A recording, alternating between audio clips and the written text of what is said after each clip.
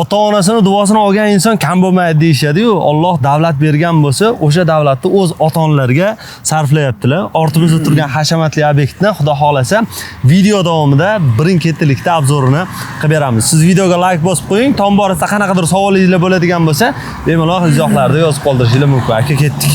Ketdik keldi. O'zgacha fayzam, qarang. Aka uyi ichi ham o'ta go'zalda.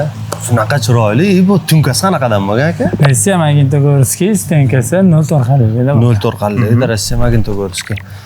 Yevrokarnizlar-chi. Yevrokarniz, aksessuarlari barchasi bir xil tumkadan olganmiz. Bitta rulondan olingan. Xo'p, yog'ochlariga qanaqa? Yog'ochlar Rossiya. Rossiya ishlatilgan. Sasni ishlatganmiz. Aka qarang-da, общий summa necha pul ketgan?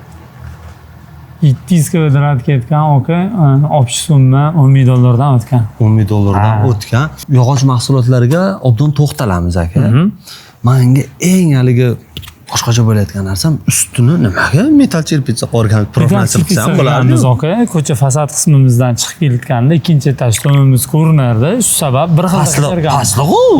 Pastdan tepaga chiqib ketganingizda tomimiz ko'rinadigan holatda bor. Tepada ham ukloni kattaroq nisbatan.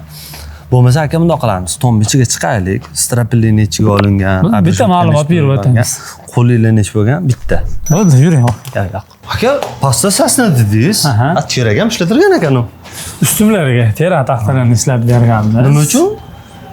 Ozroq tushishligi uchun Ozroq xizmat qiladi bu. Sasna bilan deyarli bir xil.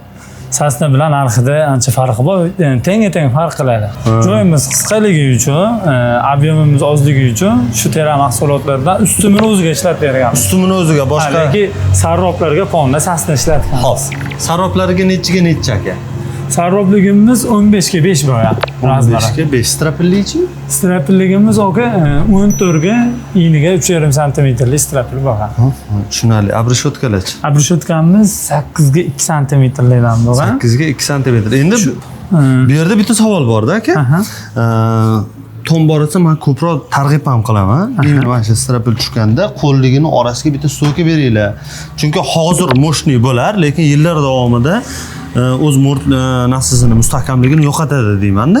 Nimaga qo'ymagansiz? Bizniki oralig'i aka 2 metrdan oshiq bo'lsa, ustun qo'yish kerak. 2 metrdan oshiq bo'lsa, 2 metrdan kaltaroq bo'lsa, unaqa katta yuk tushmaydi bunga. Shu sabab qo'ymaganmiz. Qarangda, qorli mavsum bor, to'g'rimi?